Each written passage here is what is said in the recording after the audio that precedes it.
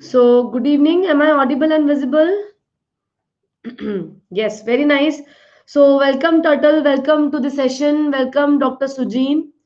So, today will be an interesting session on dermatology, that is 90 questions in 90 minutes. It will be a rapid fire session for all of you, and it will be the best session for all of your revision. So, I welcome all the students, Tharu, Proud Indian. We have many more: Bunny, Shema, Narendra, Brijesh, Sonakshi, Shweta, and many more. I welcome all of you. So, trust me, this will be a very interesting session. We will have many new questions. We will revise the questions of leprosy. We will revise the questions of STD. We will revise the questions of genodermatosis and so on. So we will have total 90 questions today with us, and we will give approximately 1 minute to each question. So try to discuss as much as possible, but will not waste time on the repeat questions or the one which you have already done. Okay, so just 1 or 2 minutes more. So I hope everybody know me. I'm Dr. Cheshta Agarwal, your dermatology educator.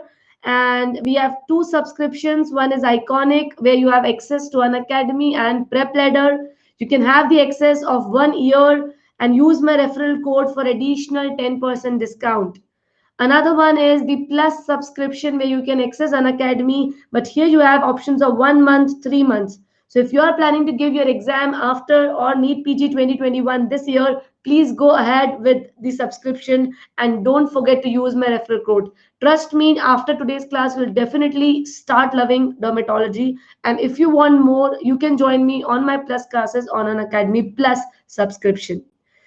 And the last notice is every day at 8 p.m. we give you 20 questions from any topic, any subject on Unacademy Daily T20 series. So I request everybody to please get yourself enrolled into this free test of 20 questions every day. So I think we are done with all the discussions and very nice. I can see many of you flooding. We have many students. Very nice. So should we start the discussion? I want the thumbs up from everyone. Please give me a big thumbs up. We'll start the discussion straight away without wasting much time because we have no time to leave because every minute has one question. So starting with the today's one question, it will be one liners also, it will be clinical based also, image based also, all the concept based questions. Starting with the today's first question, what is the average incubation period for leprosy? Please answer this question. The average incubation period for leprosy. So we will be doing few questions of leprosy first, then we'll go for the other diseases. The average incubation period, it's a very easy question. I've told you, you have to remember the incubation period of few of the common diseases, for example, leprosy, and for example, sexually transmitted disorders. So what is the incubation period? Anyone? Very nice. I can see many of you with the correct answer here. So 23% of you have given me the correct answer. And what is the answer here? Please remember 5 to 7 years is the correct answer. The incubation period is a longer duration of 5 to 7 years. Please give me a thumbs up if you all understood. Nothing to explain here. This is just to remember. You have 5 to 7 years of incubation period. Very nice. Now moving ahead to the next question, I am requesting everyone to please read the question carefully. Don't directly go on answering the question. Please read the question carefully. Okay, now what does the question says? The clinical picture shows inguinal bubo. What could be the cause for the bubo in this picture? I'm requesting all of you to please look at the clinical picture carefully and then try to answer the question. The clinical picture shows two images. On the left hand side, you can see the glands of a patient with small nodular lesions here, over here, and over here. And on the next picture, you can see the presence of inflamed bubo. So I'm telling you, till now, nobody have the correct answer. So the clinical picture shows inguinal bubo associated with this lesion. Anybody? Nobody have answered this question. This is a classical case of scabies. What is scabies? It is a parasitic infection which presents with nodules over the genital area. Now, what happens because of chronic itching? Sometimes there is inflammation of the surrounding lymph nodes, and this inflammation can lead to formation of bubo. So, please remember, this is not a case of donovanosis. First of all, majority of you have marked donovanosis. Can you tell me, will donovanosis presents with inguinal lymph nodes? Yes or no? Do we have lymph node enlarged? Answer is no. Yes, very nice, proud Indian. Donovanosis will have pseudobubo. You will not have enlarged bubo. They will mention that there is pseudobubo, but that is not the case. Now, why it is not herpes infection? How does the herpes lesions present clinically? It presents with multiple grouped vesicles. Is it seen here? No, you will never see multiple grouped vesicles in case of scabies. So this cannot be a case of herpes also. I hope this is clear to all of you. A very, very important question, an image-based question, which is showing a scrotal nodule or the penile shaft nodules of scabies. Please give me a thumbs up if you understood this question, all of you. Yes, very nice. Now, moving ahead to the next question. Name the lesion found in a patient of secondary syphilis. Image-based question. Whether it is a mucus patch, roseola syphilis, condyloma lata, or gamma. What type of lesion is this? A very easy image-based question for all of you. Please answer this question. Name the lesion found in the patient of secondary syphilis. Very nice. Yogendra, SJ, Bala, Bani, Minal. Very nice. Dr. Rajiv, Tamanna, Vibhuti, Raj. So I think everybody know this question. This is the classical lesions of secondary syphilis known as condyloma lata. Can anybody tell me what is the other name? Can anybody tell me what is the other name of this disease? Yes, this is called as moist lesions. Okay. So these are the moist lesions in a patient of syphilis. So Akshay wants me to repeat the previous question. So Akshay, the previous question is this one. Here they have shown you a clinical picture of scabitic nodule over the penile shaft. And along with that, there is secondary inflammation of the lymph nodes. So this is the characteristic combination of scabies. It cannot be herpes, it cannot be donovanosis, and it cannot be tuberculosis. Now, I will give you a very important tip. Whenever you solve a question, if suppose after reading the question you have no clue, please read the options. After reading the options, trust me, you will get an idea that what exactly the examiner is asking. Okay, so please remember this point. If you are not getting the answer only by reading the question, please read the options. I hope that is clear to all of you. Now moving towards the next question. So, ma'am, can it not be pseudobubosine? What is pseudobubosine, Sonakshi? Yes, I totally agree that that lymph node can be pseudobubo. But what is that genital lesion? Will that genital lesion similar to that of donovanosis? Answer is no. Donovanosis presents with the exuberant ulcer, but there you can see a nodule. So it cannot be a case of donovanosis. Understood that, Sonakshi? Okay, so the question is which of the following type of reactive erythema is most closely associated with malignancy?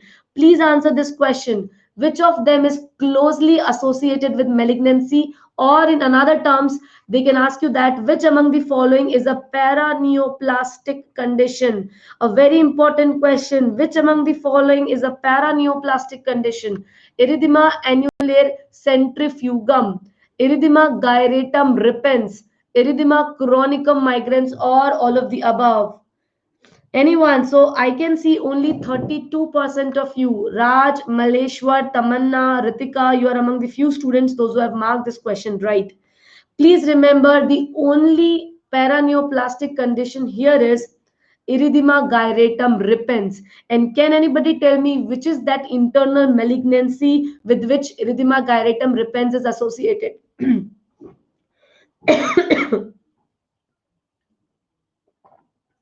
Very nice.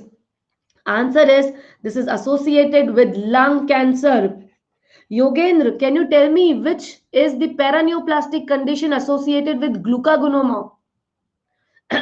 What is the name of that paraneoplastic condition associated with glucagonoma?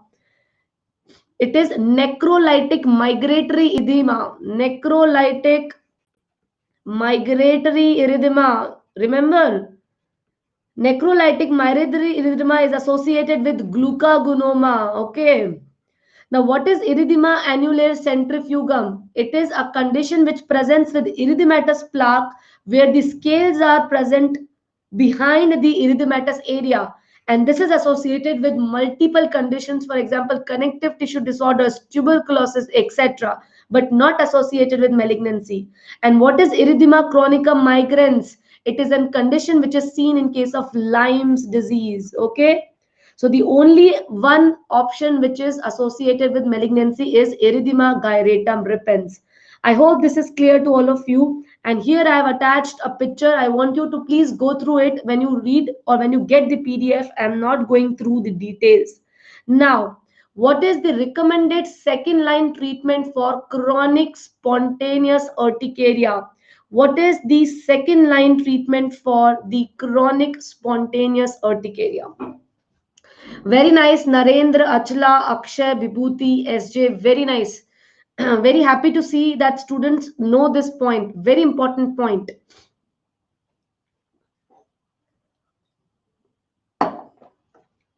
So, what is the recommended second line treatment of chronic spontaneous urticaria? Okay, so very nice. 41% of you are correct here, and this is the leaderboard. The answer is increase the dose of second generation antihistaminic. For this, you should know what is the treatment ladder of the urticarias. So for urticaria, what should you do? First of all, you have to start the patient on second generation antihistaminics. You have to look for the response for 2 weeks. Now, if after 2 weeks there is no response or there is no much improvement, you have to increase the dose of the same second generation drug, second generation antihistaminics. And how much you will increase? You will increase this to fourfold. Now, even if after increasing the dose there is no response, even after 2 weeks, then you have to start the patient on the second line treatment, which is cyclosporin or biologics, that is omalizumab.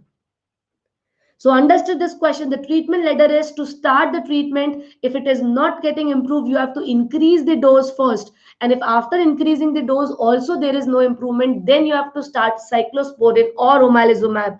So please give me a thumbs up, all of you, if you understood this point. The second line treatment of choice for spontaneous chronic urticaria is increasing the dose up to 4 folds.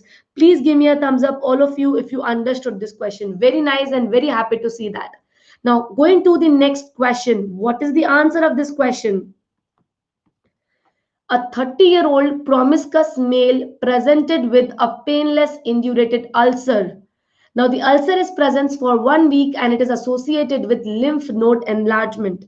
His blood is showing a VDRL positivity of 1:16, the most probable diagnosis. I think this is an easy question and I want all of you to please answer this question correctly.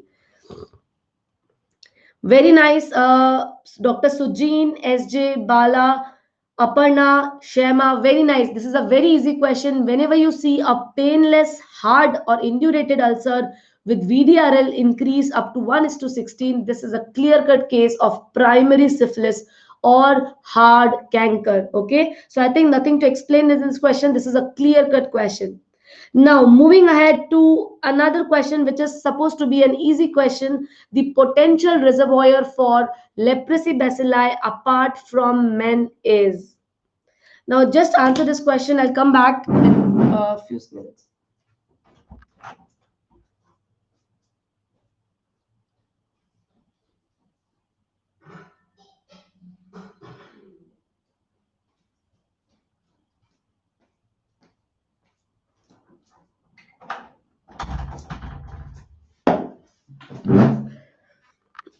The potential reservoir for leprosy bacilli apart from men. So I think this is a very easy question. And yes, the correct answer here is option number 4, that is 9-banded armadillo. So please remember the potential reservoir is 9-banded armadillo, and this is the only way you can proliferate the M. leprae. It will not grow in the normal culture media. You need to have animal models for the growth of Mycobacteria leprae. Yes, so you are right, Raj. Even the foot pad of mice is used. But if you have to choose among mice and armadillo, the armadillo should be the first option. And the mice should be the thymectized and nude mice. Okay, so it should be clearly mentioning this point. It should be a nude thymatized mice. Okay, so please remember this point. I think it's an easy question, nothing to be worried of. Now please answer this question: which is the indication of thalidomide use in a patient of leprosy? So where will you use leprosy, thalidomide? Tuberculoid leprosy, type 1 leprosy, erythema nodosum leprosum, or all of the above? These are easy questions. I want everyone to answer this question. Very, very easy, I guess.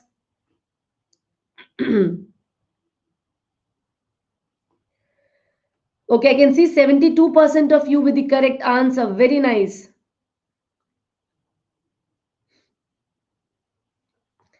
So I think most of you have marked this question correct, and the answer is erythema nodosum leprosum, which is also called as type 2 lepra reaction. Now, can anybody tell me why do you give thalidomide in a patient of type 2 lepra reaction? Which is that cytokine against which thalidomide act? Can you tell me mechanism of thalidomide, any one of you? So Rod, Mr. Ganesh, Gabi, Pramod, Anisha, please remember thalidomide work against TNF alpha, and in case of erythema nodosum leprosum or type 2 lepra reaction, you have increased TNF alpha levels. So this is also very important question, that the cytokine which is increased in a patient of leprosy is TNF alpha. Please remember this point. This is very, very important for you. Okay. Now, moving to the next question. Please answer this question. The inclusion body found in the herpes simplex infection is. So this is actually a microbiology question. Let's see how much microbiology you all know. The inclusion body in herpes simplex infection is Henderson-Peterson body, Eschhoff bodies, Guarneri bodies, or Cowdry type A bodies. Very nice. Tamanna, Proud Indian, Dr. Sujeen, Bala, S, Turtle, SJ, Yogendra, Divya, Dr. Sheldon. Very nice. I'm very happy to see so many students with the correct answer. Now, the correct answer of this question is option number 4, Cowdry type 1. Now, can you tell me whether it is intracytoplasmic or intranuclear? Anybody? Please write over the chat section. Is it intracytoplasmic? No, this is intranuclear inclusion body. Please remember, this is intranuclear. What about Henderson-Peterson body? Intranuclear or intracytoplasmic? Anyone? Yes, it is intracytoplasmic. And where do you see Henderson-Peterson body? Anyone? Where do you see Henderson-Peterson body? Yes, it is seen in case of molluscum contagiosum. Now, can anybody tell me what are Eschkoff's bodies? What are Eschkoff bodies?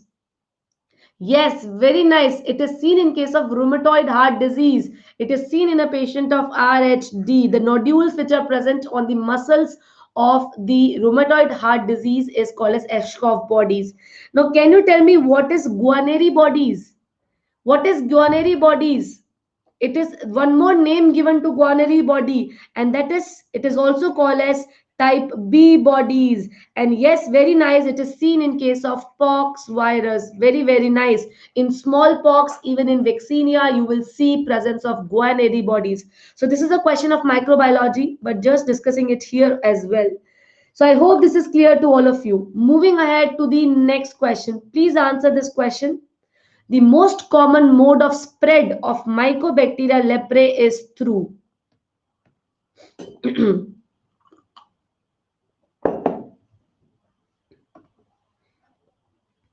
The most common spread of Mycobacteria leprae is through.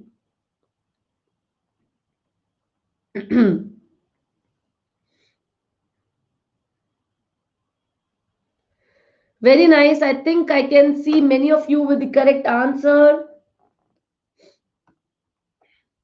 Which is the most commonest spread? Iatrogenic, blood transfusion, in utero, or aerosol spread? Very nice. The correct answer is option number 4.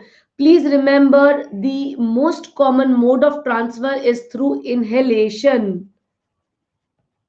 So it is a myth that touching the patient can lead to leprosy. No, leprosy only occurs because of the close contact. There is spread of the Mycobacteria leprae through the nasal secretion, that is through inhalation.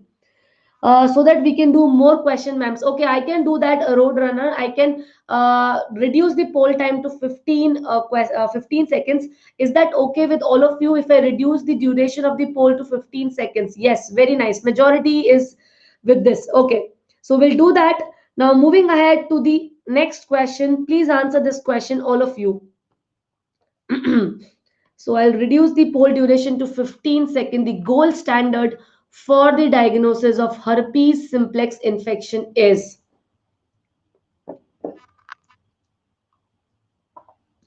Very nice. I think few got confused between option 1 and option 2. Please remember the gold standard for herpes simplex infection is culture. You do serology, you do antigen detection, you do electron microscopy, but if they ask you about the gold standard, it is the culture that is the gold standard. Please remember this. This is an exam question. You can get this question in microbiology as well as in dermatology. Okay. So I hope this is clear to all of you. Nothing to explain here. Now, going to the next question, please answer this question, all of you. Which of the following is not a treatment of genital wart? Which among the following is not a treatment of genital wart?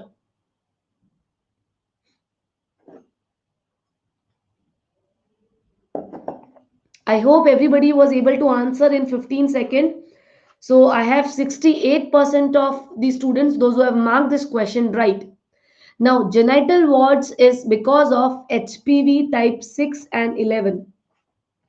For treatment of genital wart, you give imiquimod, which is a immunomodulator. Can anybody tell me the site where the immuno or imiquimod act? What is that receptor? Yes, it is toll-like receptor 7. So toll-like receptor 7 is the site of action of imiquimod, and it is a immunomodulator. Podophyllin, which is a plant-derived resin, is used for treatment of podophyllin. Can anybody tell me what is the mechanism of action of podophyllin? What does it do? Is it an immunomodulator or something else? Anyone? The mechanism? Yes, please remember it causes metaphase arrest. And because of metaphase arrest, it decreases the proliferation of the cells as well as the viral material. Now, next is cryosurgery. Yes, you do cryosurgery for the treatment of genital wart, especially in case of pregnant female where you cannot give imiquimod or podophyllin because both of them are teratogenic. Can anybody tell me what is the another treatment modality other than cryosurgery for the treatment of genital wart in case of pregnant female? Anybody? What is the treatment other than cryosurgery in a genital wart patient which is or who is pregnant?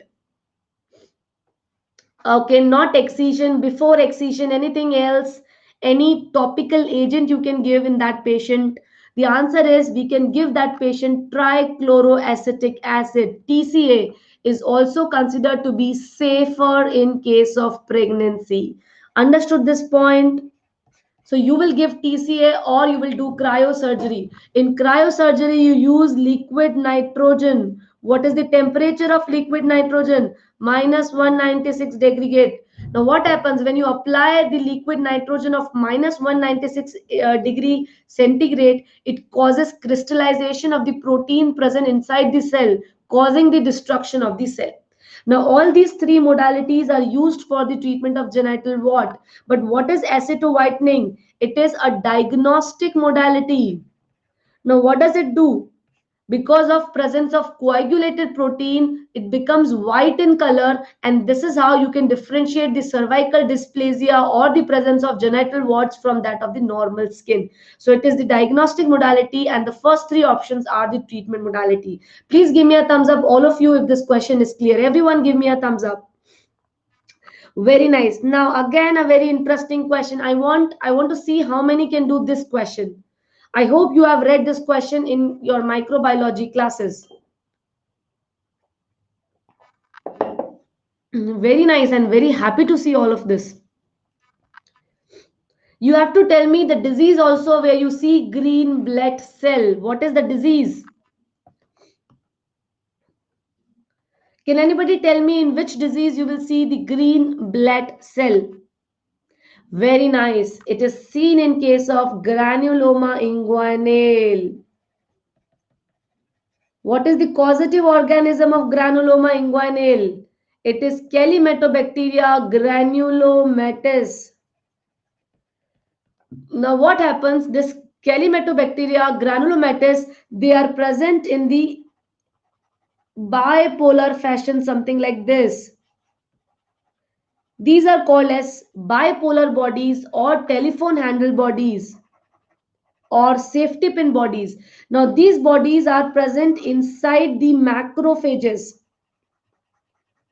So the macrophage, which consists of these bipolar bodies or Donovan bodies or safety pin body, is called as the green blood cell. I hope you all know this question. So this is nothing but the macrophage, which consists of Donovan bodies or bipolar bodies or safety pin bodies. Is it clear to all of you? Please give me a thumbs up, everyone, if you understood this question. This is an interesting question, and I hope now you will not mark this question wrong. Now, please answer this question. Please answer this question.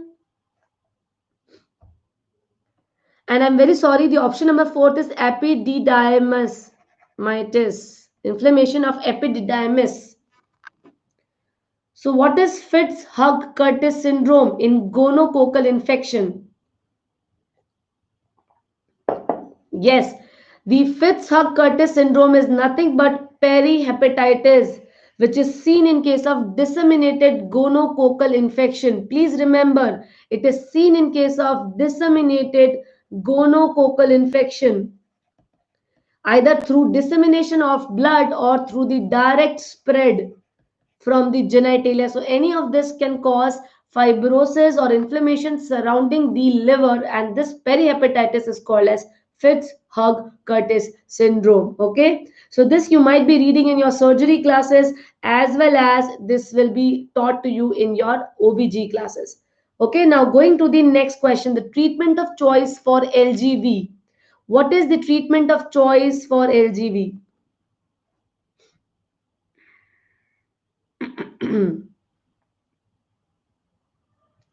Very nice.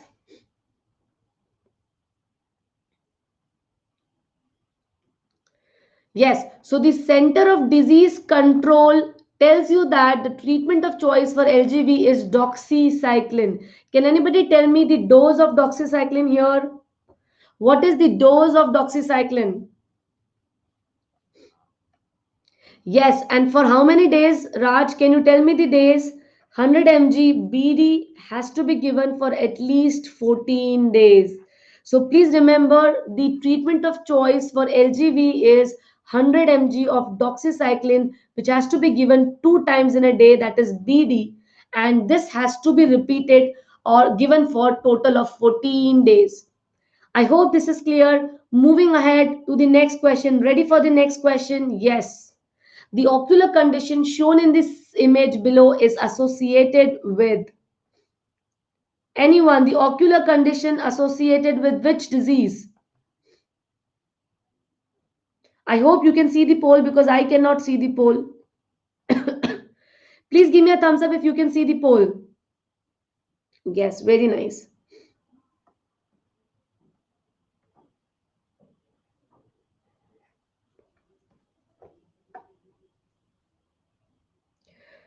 So Roadrunner, Raj, Maleshwar, you are among the first 3 students, those who have marked this question right. Very nice. And yes, you are right, Roadrunner. These are, can you see this yellowish nodule? These are Irish leash nodules, okay? Irish leash nodules, which are seen on slit skin smear examination of a patient of neurofibromatosis. Can you tell me which type of neurofibromatosis? 1 or 2? Yes, type 1. And what is the another name for type 1 neurofibromatosis? What is the name? Yes, von Reckling-Hussein's disease. Okay, it is called as von Reckling-Hussein's disease. Very nice. Okay. So you should know all the other features of neurofibromatosis. That is presence of cafe macule. There is presence of neurofibromas, presence of leash nodules, and you have many more features which are seen in these patients. That is crow's feet or freckling of the axilla. Yes, even plexiform neurofibromas are seen. Now, moving ahead to the next question, identify the skin condition shown in this photograph of a newborn. You have to tell me what is this condition shown here.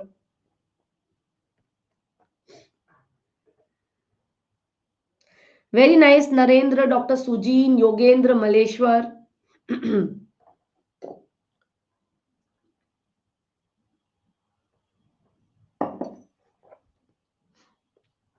Yes.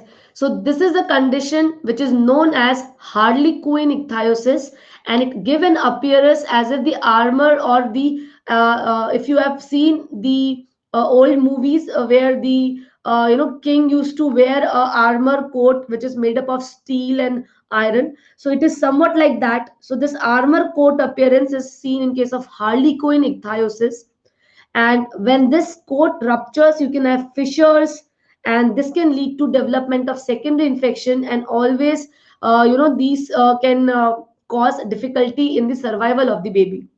Now, always confused with option number C and option number D, roadrunner. See, whenever you see thick scales which are in a block pattern like this one, this is a case of Harlequin. In Ichthyosis vulgaris, you will see comparatively thinner scales, and the individual or the baby will be associated with colloidal membrane in case of lamellar ichthyosis. Okay, I see. I'll just show you the picture if I'll have it. Just have to wait for some more time. Anyways, chalo. Now let's do another question. Now identify this nail changes. A very easy image based question. Okay, very nice. So Tamanna, Firefly, Vandan and Yogendra, I hope you were aware about this question. So this is the leaderboard. So the answer is option number one, that is Bewes line. Whenever you see, if this is the nail, and if you see the presence of a transverse depressed line, then this is a case of Bewes line. Now, what happens in case of acute stress? For example, in case of any eczema or psoriasis because of acute stress, there is sudden interruption in the division of the cell of the nail matrix, leading to depression in the nail plate. And this is called as Bewes line. Now, what is Mewes line? It is mere discoloration of the nail plate. There is no depression of the nail plate in case of Mees line. So most of the time you get confused between Bewes line and Mees line. The difference is Mees line is a true leukonychia, where you see only the discoloration of the nail. And yes, they are seen in arsenic poisoning.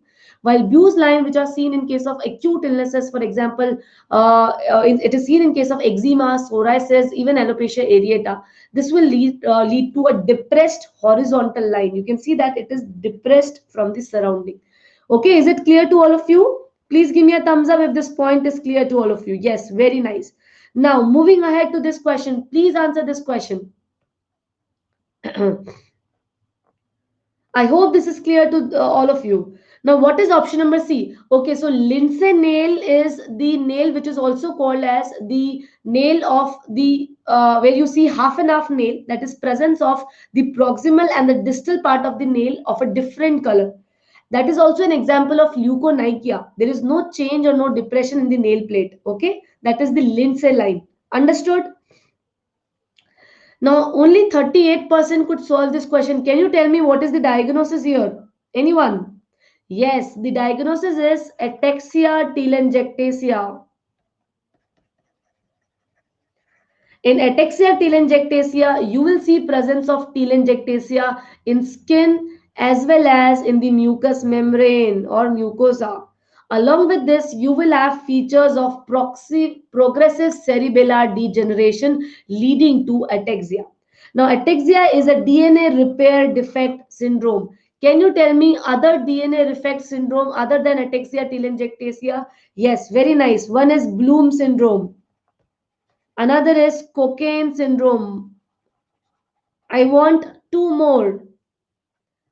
xeroderma pigmentosum, and trichothiodystrophy. Okay.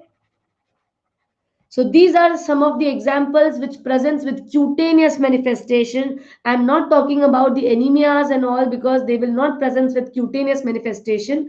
These five examples will present with cutaneous manifestation. Okay. Can anybody tell me what is the classical presentation of trichothiodystrophy? What happens to the hairs in these individuals? In trichothiodystrophy, you will have something called as tigered nail. Have you ever seen a tiger? You have stripes on the tiger. So similar to that stripes of the tiger, there will be stripes over your hair. So this is called as tigered hair appearance of trichothiodystrophy. Not going in detail, but if at all you get the question related to this, I want everyone to please answer this question. Okay? Is it clear to all of you? Please give me a thumbs up. Now, please answer this question.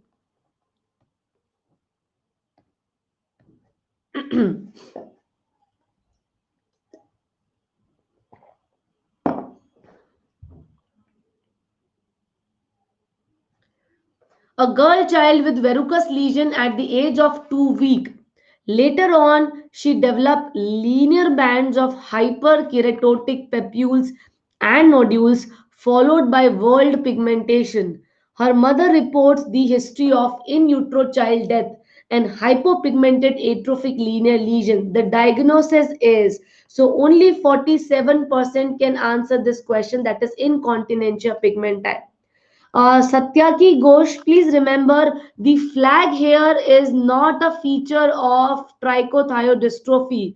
Flag here is a feature of, can anybody tell me which disease? It is kwashiorkor, not marasmus. Kwashiorkor will present with flag hair, where you have discoloration of the discoloration of the hair. But tigered appearance is a very characteristic. If you look at the hair of the trichothiodystrophy, you will never miss it. Okay. Now, this question is a clear-cut case of incontinentia pigmenti. Can anybody tell me the sex of this child? The mother reports the death of in utero a baby. Can you tell me the sex of this child? Yes, he should be a male child because incontinentia pigmenti is an X-linked dominant disorder. So it is fatal to the male child. Can you tell me what is the gene defect in case of incontinentia pigmenti? Anyone? What is the gene defect here?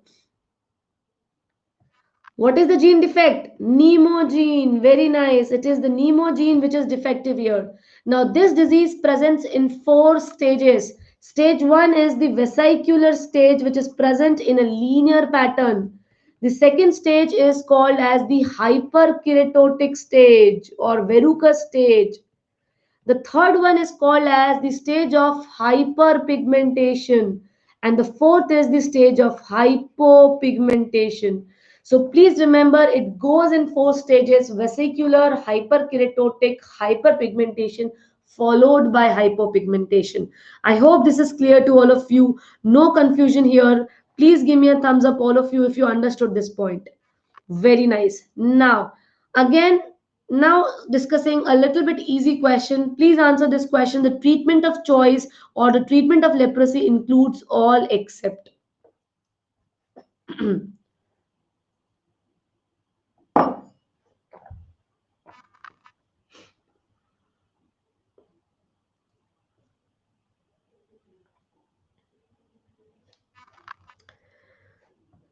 So very nice. Roadrunner, Tamanna, Bala, Raj, and Proud. You are among the first 5 students to mark this question.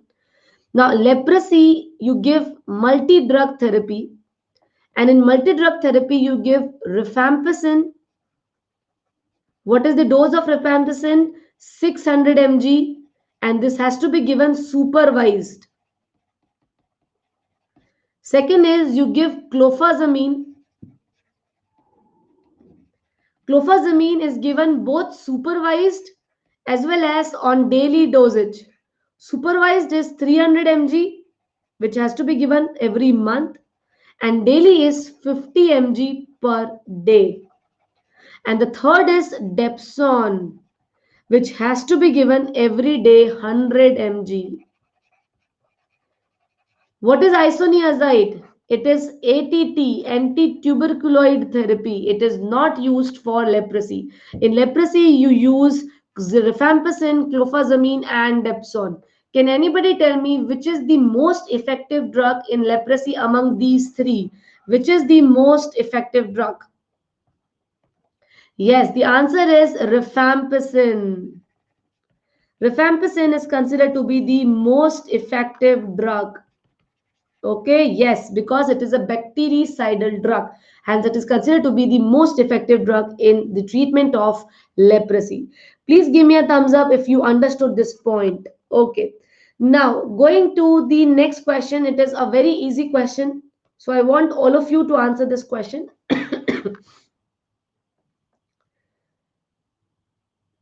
Yes, very nice.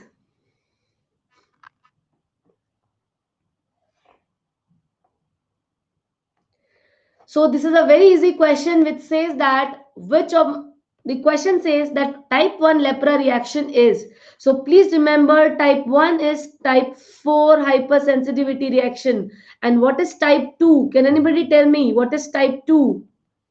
Yes, type 2 is type 3. Now how to remember this? If you add 4 to 1, it becomes 5. And if you add 2 to 3, it becomes again 5. So this is an easy way to remember. That is rule of 5. On adding the type and the type of lepra reaction, you will have total 5. So type 2, which is also called as erythema nodosum leprosum, is a type 3 hypersensitivity reaction, which is also called as Arthur's reaction. While type 1 is the type 4 hypersensitivity, which is also called as delayed hypersensitivity reaction. Please remember this point. This is a easy question for all of you. Now moving ahead to the next question. Please answer this question, all of you. And I am increasing the poll time to 30 seconds for this particular question.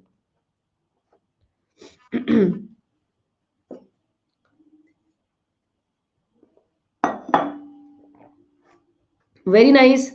Dr. Siddharth, Divya, Preeti, Roadrunner.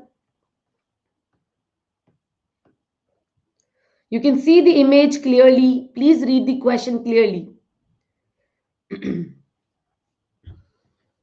So this is a question from ectodermal dysplasias. Now, what are ectodermal dysplasias? These are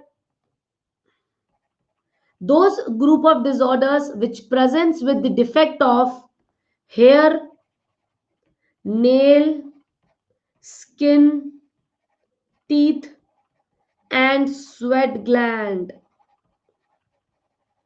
Now, depending upon the involvement of sweat gland, it is further divided into two types.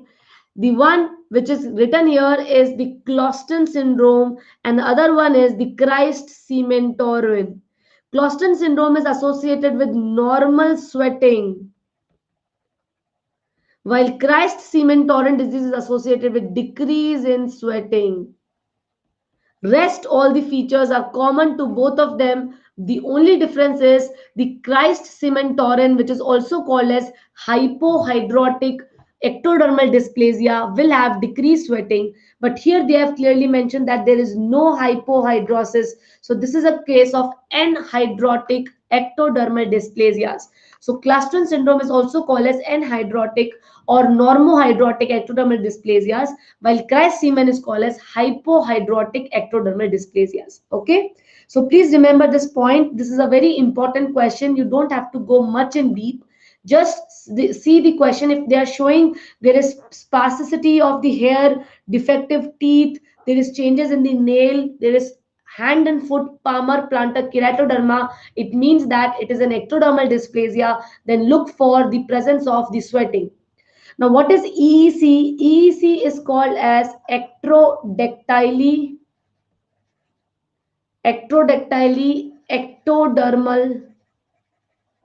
dysplasia plus cleft lip. So EEC is for ectrodactyly dysplasia and cleft palate. Ectrodactyly, as very correctly said by Firefly, it is the lobster deformity.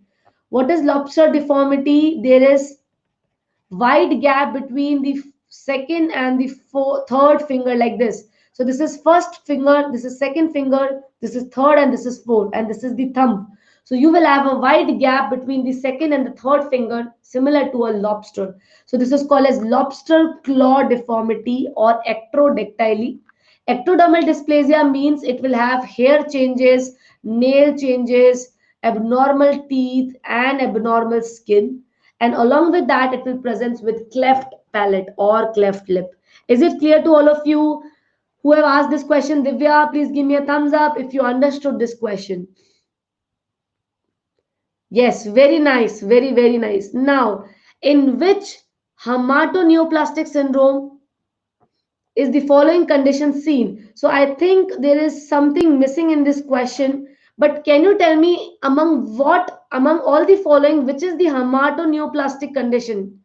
There is something missing in this question. So, which is hematoneoplastic condition among the four options given? Very nice. The hematoneoplastic condition is tuberous sclerosis.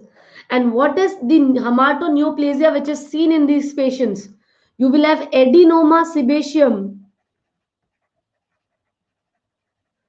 You will have Conant's tumor. You will have Chagreen patches.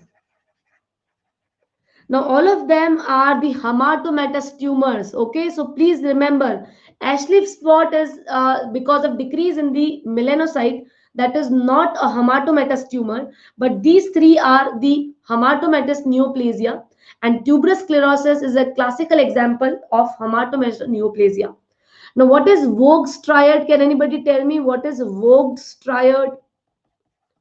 Voges triad is with respect to tuberous sclerosis. Yes, it is epiloia, which means epilepsy, loss of intelligence, and adenoma sebaceum. Okay, so please remember these points. These are very, very important for your exam point of view.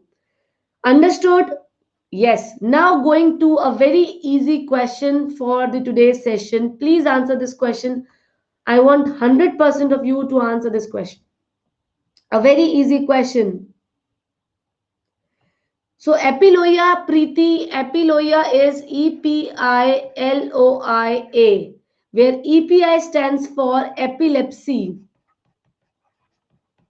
LOI stands for loss of intelligence, and A stands for adenoma sebaceum. All of them are classical feature of tuberous sclerosis. Understood that, Preeti? Yes. Now, the most common nerve affected in leprosy is ulnar nerve. Now, can you tell me which is the most common nerve used for nerve biopsy? Nerve for nerve biopsy. Yes, the answer is radial cutaneous.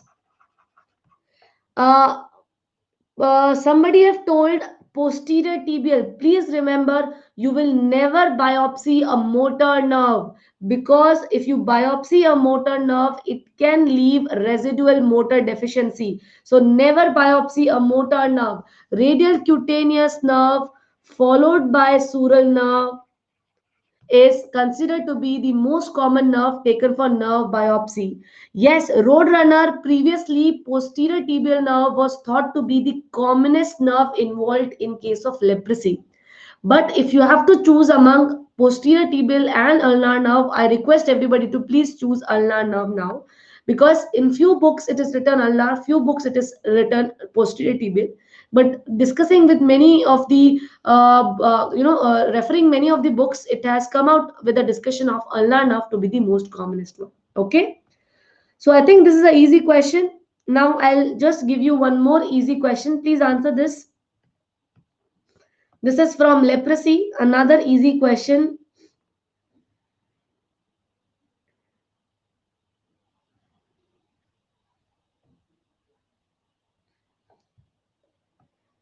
Very nice. The satellite lesions are seen in which form of leprosy? Please remember, satellite lesion is characteristic feature of borderline tuberculosis.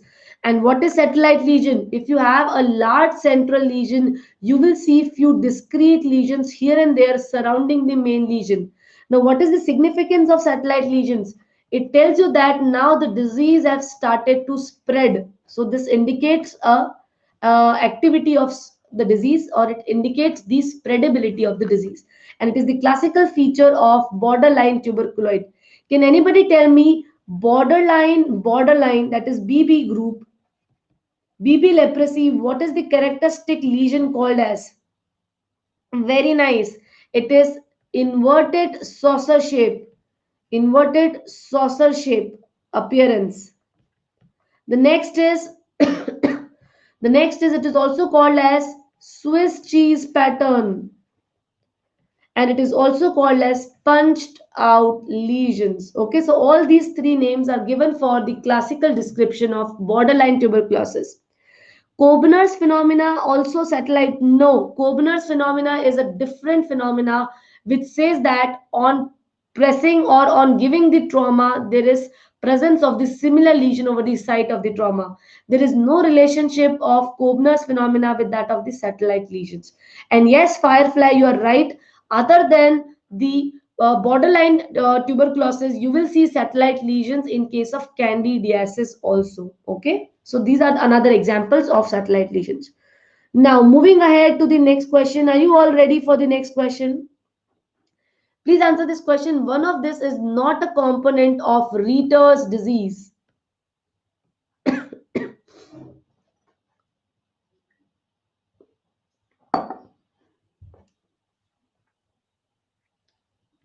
BB is also called as borderline. Okay, understood, Roadrunner? BB is also called as borderline. BT is borderline tuberculoid. BL is borderline lepromatous.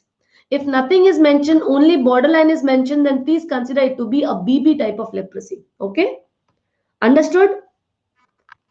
Please say yes, Roadrunner. I hope I have answered your question. Yes. Now, one of them is not a feature of Retter's disease.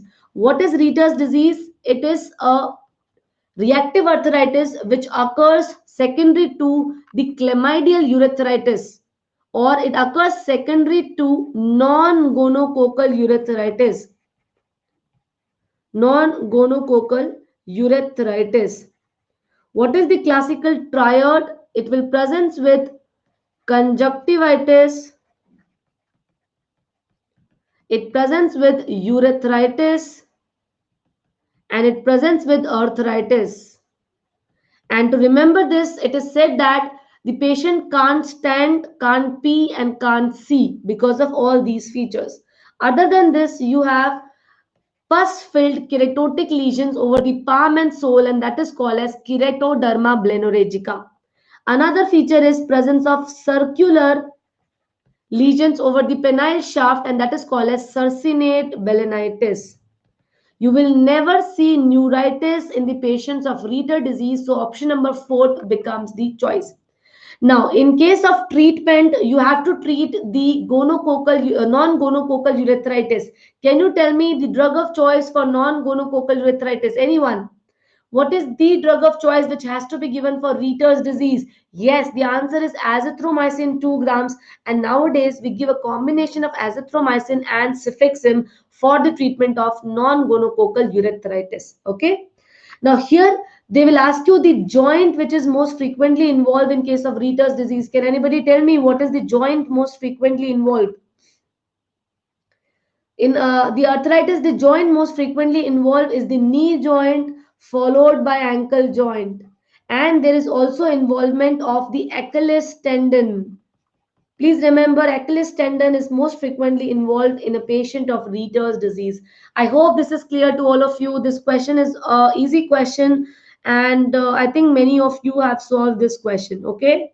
Now, please answer this question. Lepromin reactivity is strongly positive in which disease or which pole? Tuberculoid leprosy, lepromatous leprosy, borderline leprosy, or borderline tuberculoid leprosy?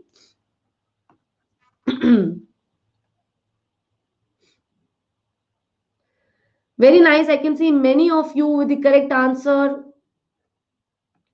So please remember, lepromin test is strongly positive when you have strong cell mediated immunity.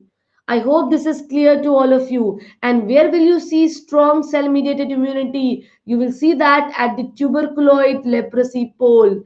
While in case of lepromatous leprosy, you will have poor CMI.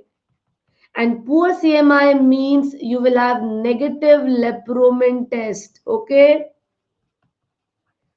Now, what do you mean by AFB? What exactly you want to ask, proud Indian?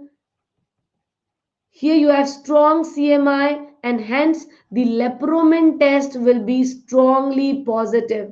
Okay, so you have to tell me the answer, proud Indian. Whenever you have good defense system, suppose if a country have a good army, if it has a good army, will there will be increase in the enemies or there will be minimal enemies inside the country? This is a very easy question. If you have good defense system, you will either have no enemy or very minimum penetrations of the enemies. Similar to that, if you have a strong cell mediated immunity, the AFB count will be negative or very minimal towards the tuberculoid pole, while towards the lepromin pole the count will be maximum. Okay, I hope this is clear to you, proud Indian. Please give me a thumbs up if you understood. AFB minimum when this immunity is strong, and it will be maximum when the immunity is poor. And it is exactly opposite of lepromin test, which is an intradermal test and which depends upon the CMI, good CMI, highly positive lepromin test.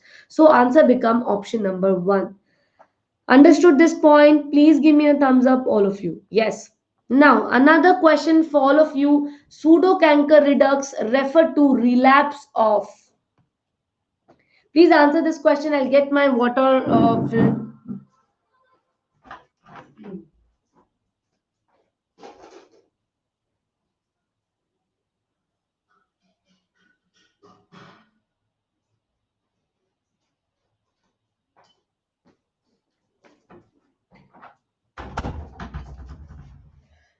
So very nice. I think many of you have answered this question. Now, pseudo canker redux. Can anybody tell me what do you mean by? First of all, tell me what do you mean by canker redux. If you know canker redux, pseudo canker redux becomes easy. Anybody? What is canker? Acha, you have to tell me at least which disease we are talking about here. You can see the options and you can tell me what disease we are talking about. Yes. So we are talking about a case of syphilis. Okay, this is easy. Now, in syphilis, if you remember, in primary stage, you tend to have a ulcer which is hard or which is a nodular lesion which is present over the penile shaft. Please give me a thumbs up if you all agrees with this point. Okay. So you have a primary canker in a patient of primary syphilis. Now, what happens when the patient moves from primary stage to secondary stage? The lesion get healed. Now you will have no lesion over the penile shaft when the patient goes to primary, from primary to secondary, and then to the latent phase. But sometimes what happens, there is sudden reappearance of the lesion in the early latent stage. So you have primary stage, you have secondary stage, you have latent stage, and tertiary stage. So here you have a penile lesion, but in secondary there was no penile lesion. Now suddenly there is again reappearance of the penile lesion. The reappearance of the penile lesion in early latent phase is called as canker redux. Understood this point? Please give me a thumbs up, all of you. Right now I have 55 students live with me. I want everybody to give me a bada wala thumbs up. Very nice. Now this is about the canker redux. Now sometimes what happens, there is no recurrence in the latent syphilis. There is no recurrence. But there is a recurrence in case of tertiary syphilis. You will see a lesion over the penile shaft, over the same site of the primary lesion. What is this? This is not a canker redux. This is not a relapse. This is a pseudo canker redux, or this is a false canker redux. And what is this exactly? This is a gummatous lesion which by chance occurred over the similar site of the primary lesion, and that is why it is called as pseudo canker redux. Please give me a thumbs up if you understood this point, all of you. So the pseudo canker redux is nothing but the gamma of the tertiary syphilis, where you have recurrence of the gamma over the previous site of the primary canker. Okay, so one of the very important topic, and if you have not understood this, you can interrupt me now, but please try to understand the fact here. Okay, now moving ahead to the next question. Please answer this question.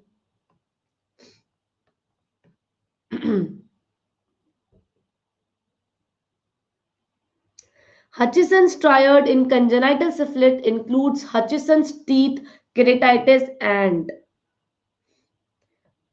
very nice. The answer here is the eighth nerve deafness.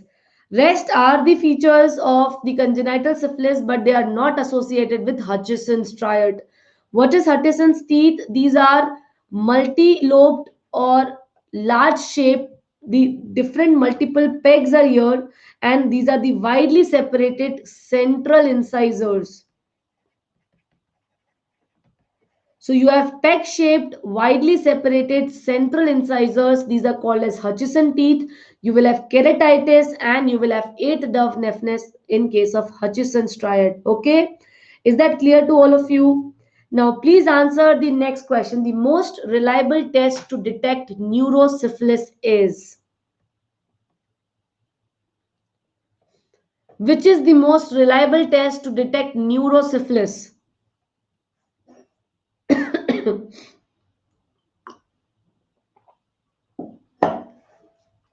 Very nice. So I think 40% knew this question. The correct answer is CSF VDRL. So that is why Roadrunner, you have to read all the options first and then you have to mark. Otherwise, in exam tension, these are some of the common mistakes which you do. Okay, so never answer the question in hurry. Always read all the options, and this is the crux for not doing the mistake. Okay. Now, please remember in neurosyphilis, the investigation of choice is CSF VDRL. Now, can anybody tell me what will be the treatment of choice for neurosyphilis? Anyone? The treatment of choice for neurosyphilis. I know it is penicillin. The penicillin is the treatment of choice for all of the type of syphilis, but you have to mention which type of penicillin. Yes, answer is penicillin, which is procaine penicillin or aqueous crystalline penicillin. Both of them can be given, the aqueous crystalline penicillin and procaine penicillin. And yes, the dose is 7.2 million, which has to be given in 3 divided dosage at 1 week. The gap between the two doses should be of 1 week. Okay. So please remember, procaine penicillin or the aqueous crystalline penicillin is the treatment of choice for neurosyphilis. Can you tell me what is the manifestation of neurosyphilis? Anybody? What is the manifestation of neurosyphilis? How will it present? It can present with the meningeal lesion, that is, it can present with meningitis. It can present with the parenchymal lesions. And what are the parenchymal lesions? You will have tabes dorsalis. What is tabes dorsalis? Which part of the spinal cord is affected in tabes dorsalis? Anyone?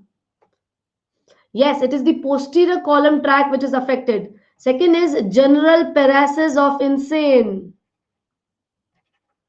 Here the patient will have psychotic symptoms. Okay, so these are some of the manifestations. I'm not going in detail. You will be reading this in your medicine classes in more detail. But for here, you need to know the treatment of choice and the investigation of choice in the patient of CNS syphilis. Now, going to the next very, very important question. Please answer this question. Vulval elephantiasis in LGV is called as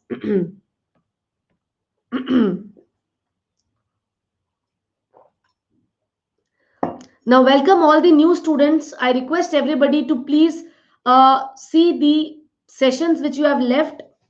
Already we have discussed the 1 hour of the class is already done. Only half an hour is remaining. So I request everybody, those who have joined late, please go through the session after the class gets over. Okay. You can continue now, but you can also have the look in the recorded session of the questions which you have missed. So 45% of you could answer this question. Yes, Annapurna, I was now actually I'm improving. I was not well 2 to 3 days back, but now actually I'm feeling good. So, anyways, thanks for asking. So, vulval elephantiasis in LGV is called as ischemia. Okay, ischemia is the vulval elephantiasis characteristic of LGV. Now, in LGV, what exactly happens in these? The patient usually develops or usually have involvement of the lymphatics leading to development of painful lymph node enlargement, and then it will lead to secondary fibrosis, and this will lead to vulval elephantiasis, which is called as ischemia. Now, saxophone penis or saxophone vulva is seen in the patients, in male patients, secondary to the LGV. At the end, if you don't complete 90 questions, okay, so I think I will complete them. And if see, Roadrunner, if you have any problem, you can always reach out to me on the Telegram group. Unacademy have a dedicated Telegram group, so you can just tag me and you can ask me any question related to dermatology. Anything which you feel you are not able to understand, you can anytime contact me. Okay. So it's not like we are just coming once and then we are disappearing. No, we are always there for you. You can ask us any doubt, anything which you find difficult in the subject. Okay. Chalo. Now moving to the next question. What are clue cells? Easy question, will not waste much time here.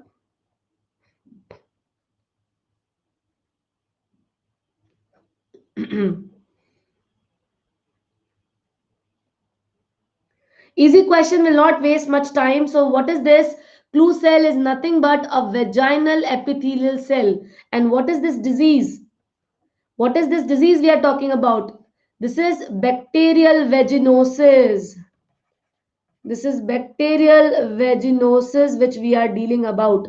Other than clue cell, what are the other criterias? You will have a positive whiff test, that is foul smell. You should have a pH of more than 5, and you should have a profuse discharge, whitish discharge. Okay, so these are the four criterias. And what is that criteria is name? Yes, it is not Nugent, it is Amsel criteria. Okay, so please remember this point. Now moving ahead to the next question, I want everyone to answer this question. Please answer this question.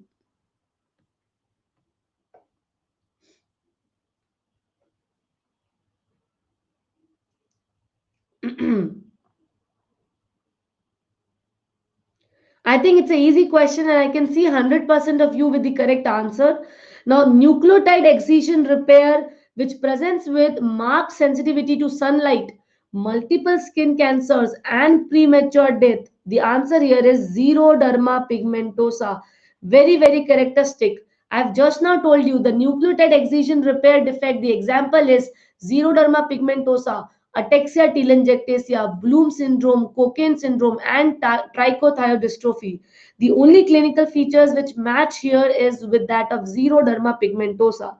So it cannot be the case of it cannot be the case of ataxia telangiectasia. It is a clear-cut case of xeroderma pigmentosa. Is that clear? Please give me a thumbs up if you understood this point. Yes. Now moving ahead to the next question. Please answer this question.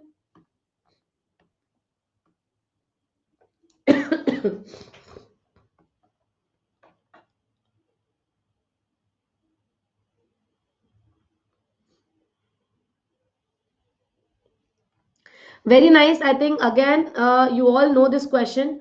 A 4-year-old child who have presence of seizures, he has multiple hypopigmented patches and associated with mental retardation. Can you tell me what are these hypopigmented lesions called as? Anyone? What are these hypopigmented lesions called as? What is the name of them? Yes, these are ash leaf spot, which are characteristic feature of neurofibromatosis, and very nicely said by somebody that these are the features of epiloia, that is epilepsy, loss of intelligence, and adenoma sebaceum, which is not given in this question. So this is a clear-cut case of tuberous sclerosis. I think nothing to explain in this question. Now moving ahead to the next question. Are you all ready for the next question? Please give me a thumbs up. Yes. Now identify the skin condition shown in the image. So this is a clinical based question. I think an easy question for all of you. Identify the skin condition shown in the image. Psoriasis, seborrheic dermatitis, pityriasis lozea, or ichthyosis vulgaris. Very nice. Many of you have answered this correctly. This is a clear-cut case of ichthyosis vulgaris. Now, can you tell me ichthyosis vulgaris, what is the inheritance of ichthyosis vulgaris? What is inheritance? Yes, it is autosomal dominant inheritance.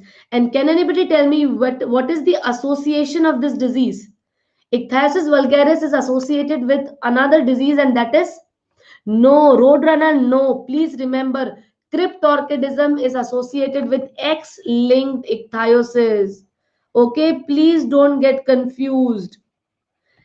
Ichthyosis vulgaris is associated with atopic dermatitis. And here you will have classic sparing of flexures. There is no involvement of the flexural area. So it is a clear-cut case of ichthyosis vulgaris.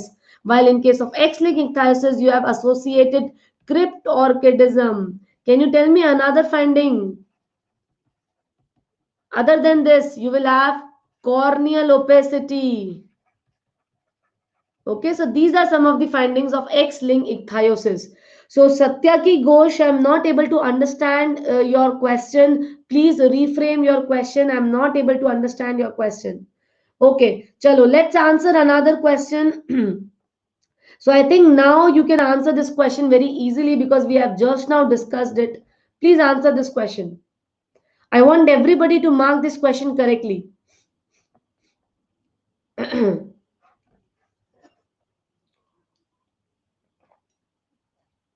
A male child with cryptorchidism presents with large dirty brown scale. On doing the biopsy, you have hypergranulosis. Please remember, X-linked ichthyosis will have hypergranulosis, while ichthyosis vulgaris will have hypogranulosis. Okay. And in case of X-linked ichthyosis, you will have steroid sulfatase deficiency. Okay. So this is a very easy question, and I can show you the leaderboard. 92% of you have answered this question. Now, please answer this question. All of the following are features of ichthyosis vulgaris except which among the following is not a feature of ichthyosis vulgaris, also discussed just now. So, contact dermatitis I'm not able to understand. You want to ask whether the contact dermatitis can present flexurally, or what is your question, Satyakshi? Please remember, in X-linked ichthyosis, you will have filaggrin protein which is deficient, and you have absence of granular layer, and you have autosomal dominant inheritance. Flexures are always spared in case of ichthyosis vulgaris. There is no involvement of the flexures. Yes, so that cannot be a case of contact dermatitis, Satyakshi, because contact dermatitis, it is a type of exogenous eczema which occur because of contact of the allergen. So it can present anywhere on the body, depends upon the location or the site where the allergen have exposed. Okay. So it can be flexural also, can be extensional also. Yes. So for the treatment of ichthyosis vulgaris, the first treatment is you have to give lot of moisturizer, because what is happening, there is dryness of skin. So you have to give lot of moisturizer. Now, if at all the disease is associated with secondary inflammation or dermatitic changes, then you have to add steroids. Okay. Otherwise, you will not give steroids. Only application of topical emollients will suffice. Okay, very nice. So, moving to the next question, all of you. So, I hope this is clear to all of you.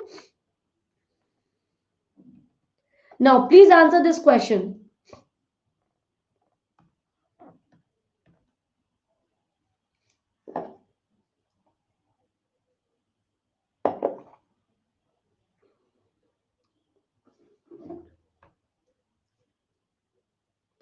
Routine laboratory monitoring is not required in which of the following drug used in the treatment of psoriasis? Methotrexate, acitretin, apremilast, and cyclosporin. So today I have seen that only 40 to 50% of students are answering the question correctly. Remaining students, I'm requesting you, please start studying. If you're not able to solve it or not able to do dermatology yourself, I request you to please get an academy subscription. Use my referral code cheshta 10 for additional 10% discount. You can go for 1 month subscription, and if you feel that you are liking the if you're liking the method how we teach you, then you can go for the extension of your subscription. The answer of this question is option number 3, that is apremilast. Can anybody tell me what is the mechanism of action of apremilast? Anyone? What is the mechanism of action of apremilast? Yes, it is phosphodiesterase 4 inhibitor. Now, this is considered to be a safe drug and you do not have to do any of the pre-treatment monitoring. Even it is considered to be safe in a patient with active TB foci. But we, in daily practice, we tend to prevent giving apremilast in tuberculosis patient. But according to books and the researchers, it is safe in active infection as well. You have to give apremilast at the dose of 300 mg BD. It has to be started very slowly with a very minimal dose. Initially, you will give 10 mg OD, then you will increase it to 10 in the morning, 20 in the evening, and so on. Okay, and in the end, you will maintain the patient in 30 mg BD twice, one in the morning, one in the night. Okay. So this is about apremilast. I hope you understood this question. Now, please answer this question. Which of the following biologic is used for the treatment of psoriasis? Yes, very nice.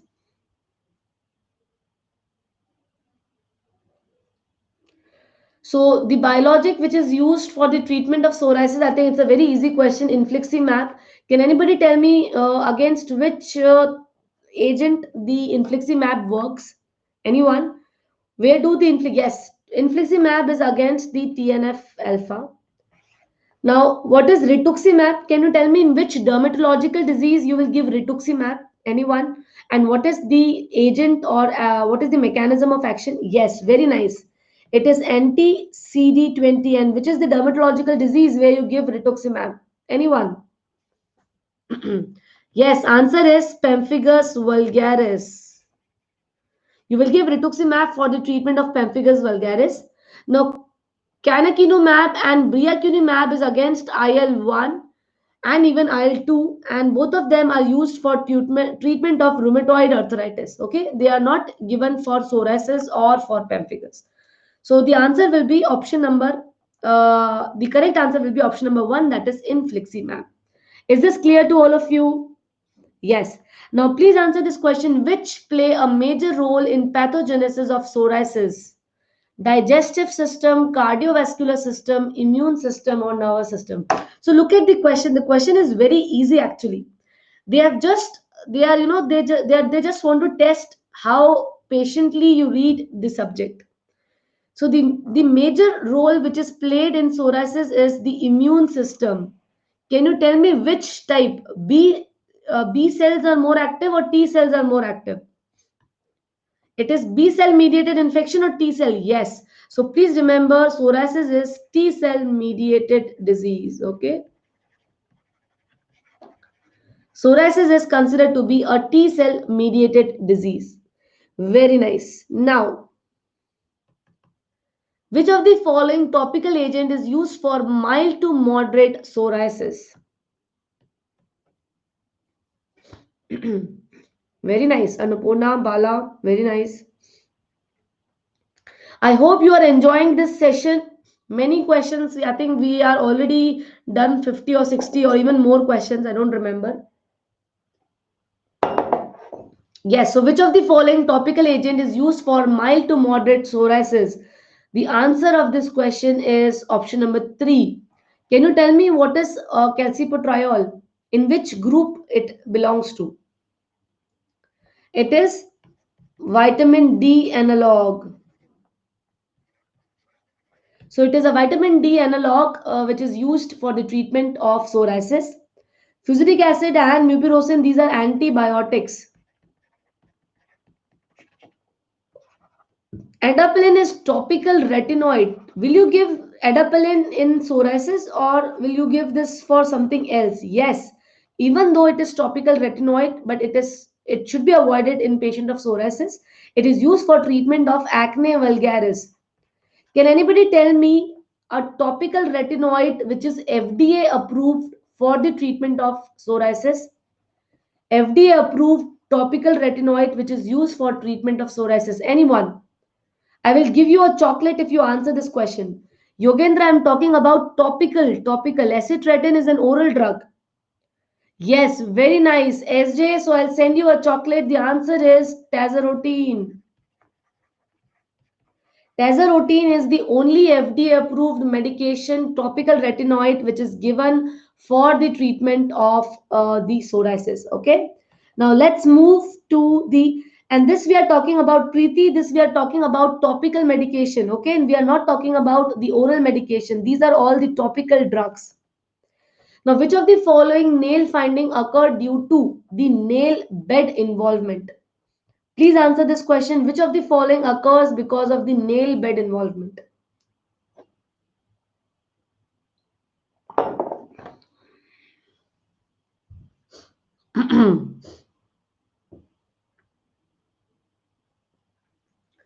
Very nice, very nice. Maleshwar Road Runner Madan Kumar, very nice. So please remember, in case of nail bed involvement, you have onycholysis. And what is onycholysis? You have separation of the nail plate from the nail bed. That is called as onycholysis. Second is oil drop sign. This is also the feature of nail bed defect. Third is subungual hemorrhages. And the fourth one is subungual hyperkeratosis. So both all these four findings are the feature of nail bed changes seen in a patient of psoriasis. Can anybody tell me what are the nail matrix changes? Nail matrix change will present with pitting, very nice, leukonychia, that is whitish discoloration of the nail plate. You will have nail plate crumbling. And the third point is you will have discoloration of lunula. So these are the four findings which occurs because of the nail matrix involvement.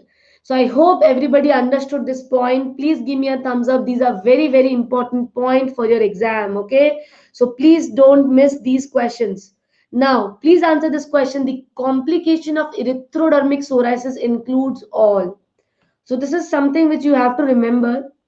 What is the complication of erythrodermic psoriasis? Now, please think about erythrodermic psoriasis. What happens? In erythrodermic psoriasis, you have involvement of more than 90% of the body surface area. Now, what happens? There is scaling of more than 90%, and there will be erythema of more than 90%. Now, erythema and scaling, both of them will cause hyperthermia or hypothermia depending upon the time. This will lead to vasodilatation. Vasodilatation will lead to high output cardiac failure.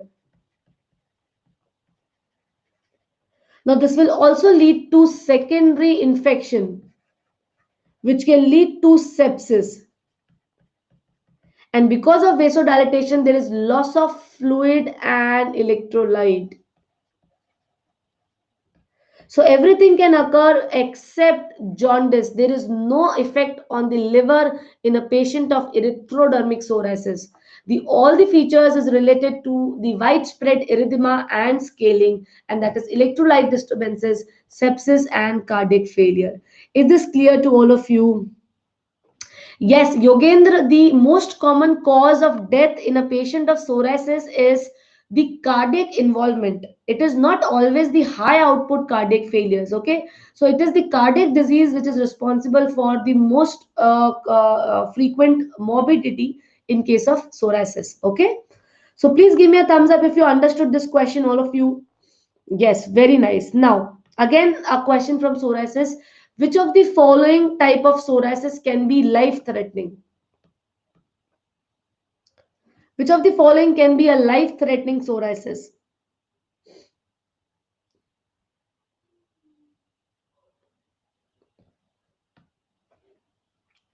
Yes, I think everybody understood this question. It is the erythrodermic psoriasis, and we have just now discussed it can lead to high output cardiac failure, which can lead to death.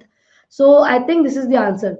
Now, firefly, yes, methotrexate is considered to be the treatment of choice for erythrodermic psoriasis. So you have to give methotrexate in these patients. Okay. Now, going to the next question. Please answer this question. Which of the following is not true about pathogenesis of psoriasis?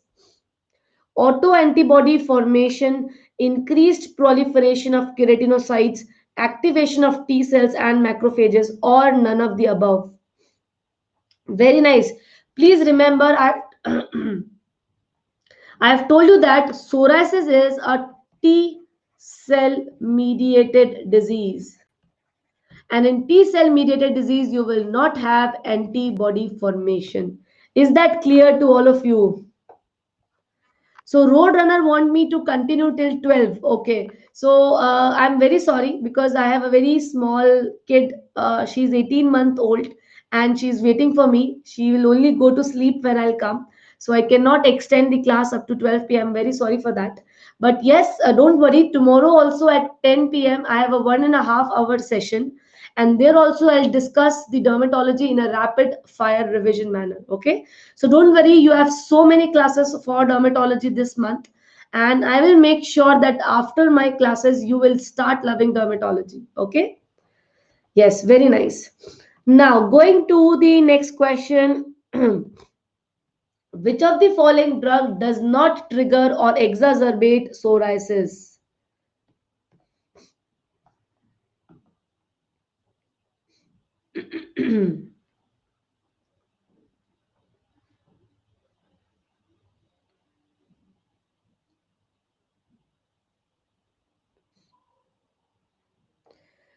Very nice. So the correct answer is methotrexate. Please remember the drug which exacerbates psoriasis has to be remembered, and the mnemonic is pleb, where P stands for painkiller or NSAID, L stands for lithium, A stands for anti-malarial or ACE inhibitor,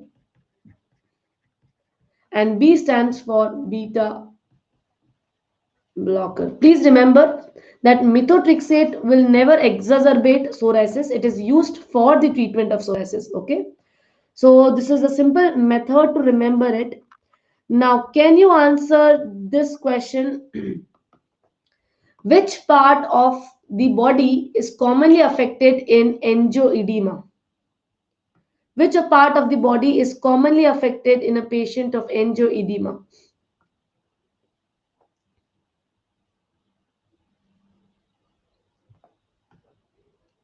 I think it's a very easy question. What is angioedema? In angioedema, you will have development of or you have vasodilatation leading to accumulation of edema of the subcutaneous tissue. Along with this, there is edematous lesion over the face, throat, even tongue, and this will lead to difficulty in breathing. So all these parts are involved in the patient of angioedema. Okay. Now, please solve this question. Infection is commonest cause of the following in young infant. So, what is your question, proud Indian? I'm not able to understand your question. What do you mean by commonly?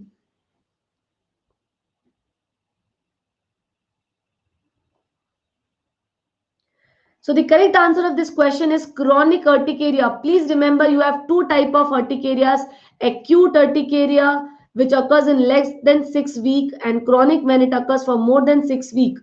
For chronic in infant, the most common cause is infection, followed by drugs, and then it is the idiopathic cause. Okay.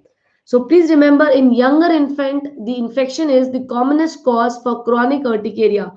So it is always advisable to check the patient for underlying focus of infection if he or she is developing recurrent urticarias. Okay. Is that clear to all of you? Yes. Now, please answer this question. Which class of medicine is associated with the risk of angioedema? This is a medicine pharmacology question, pharma question for all of you. but a very easy question actually. Yes. Which class of medicine is associated with risk of angioedema? The answer is ACE inhibitors. And that is why you have to ask for the history of angioedema or dry cough in a patient whenever you will start these patients on ACE inhibitor. Is that clear to all of you? Yes. Now please answer this question again, a pharmacology question. Which of the following is not a second generation antihistaminic? Yes, so I think it's an easy question. The answer is chlorpheniramine maleate. This is considered to be a first generation antihistaminic. Rest all are second generation. Now we will do one more question and then we will wind up the today's session. Please answer this question. Which disease affects the skin surface? Angioedema, urticaria, both of them or none of the above?